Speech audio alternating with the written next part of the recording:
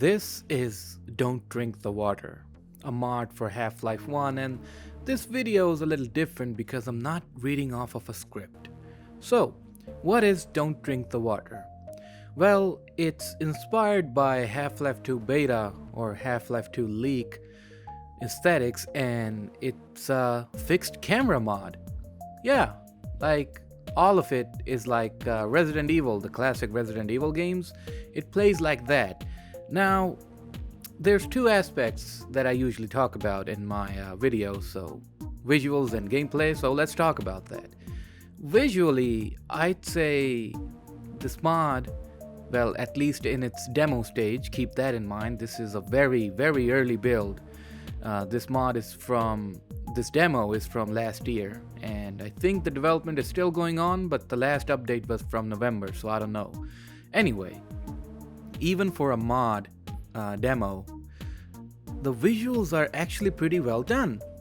Yeah, the textures, from what I can see, are mostly taken from Half-Life 2, and some of them are taken from the leaked Half-Life 2 beta, and a bit of it is from the original Half-Life. Visually, the presentation is very well done, especially in the indoor areas, the lighting and the layouts, the mapping. The outdoor areas are a bit, I don't know, they're good, but I wouldn't say that they're anything special. Like you can see in this screen, I like the tall buildings and with a different European architecture. I was expecting red bricks and all that, but hey, this is not City 17, this is supposed to be City 14. It has a bit of a story. You're supposed to wait for a train that's supposed to arrive in 1 week and it's supposed to get out of here. That's a lot of supposed to's.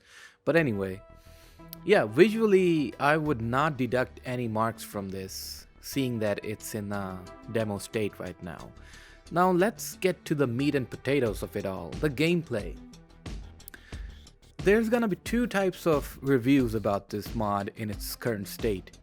One are gonna be people like me who are really intrigued by how this mod was executed, especially the gameplay style with the fixed camera angles.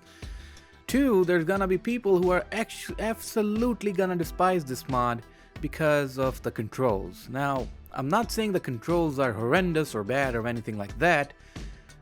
It's just that they don't translate well over to goal source. My personal suggestion would have been to not use tank controls at all. Maybe use point and click if you can implement that somehow. That would work much better.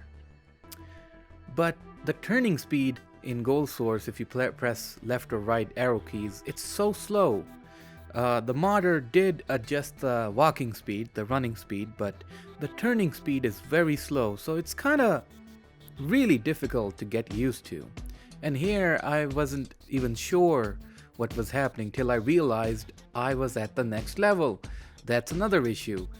The whole scene, most of the scenes are very zoomed out, especially these outdoor ones.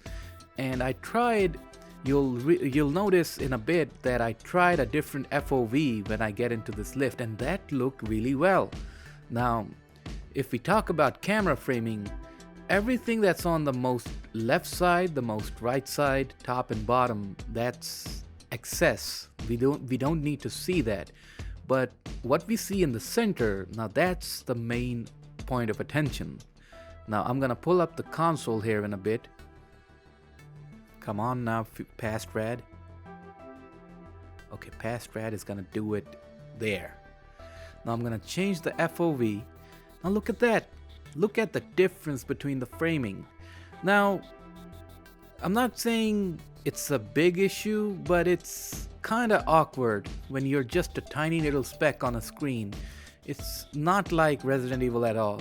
I mean, Resident Evil, the classic 1, 2, and 3, did had scenes that took place from a far distance, you know, the camera angles were really far away, but you still had an idea of which direction you were facing and where were you going. I tried the different FOV here, but seeing how the fixed camera works, the framing here was not that great. I couldn't see the path that I was supposed to go to. Suggestion for all of this is that maybe try fiddling around with the angles and decreasing the FOV. That might work. But yeah, it's a very short demo. This is pretty much where it ends. For some reason, there's a whale, a giraffe, and an ant in these huge tanks, water tanks. I don't know what's the deal with that. I read some comments that people say this is very unlike Half-Life. There's no Half-Life related references in it. Nothing that connects it to Half-Life apart from some few things. But I digress. It's as long as it's fun, like I always say, I'm gonna play it. So yeah, that was my really quick review of Don't Drink the Water's demo. So I do hope that the author does work on this and does not get disheartened by the negative comments or feedback they get, because I really do want to see more mods like this, something that's unique. We don't see a lot of mods like this every day. It's a really cool concept that is kind of iffy in the execution department, but overall, I had a smile on my face all the time I played this. It was just so good because I always loved the classic Resident Evil games. So I hope you enjoyed this little review, and I'm sorry if the unscripted nature of it all felt weird. But a big thanks to the channel members Lamdry, 15 Glorious Minutes, Geout, Hawk Assault, Copfighter, Jason, Mistress Baban, TTG, Winter, Alien Grunt, Mark Jelen, A Normal Street Lamp, Klaus, T-Boy301, TRR Droid, The Hazardous Memer, Bipolit the Fighter, Forgotten, and Skyclad. Thank you for watching, and I'll see you in the next one.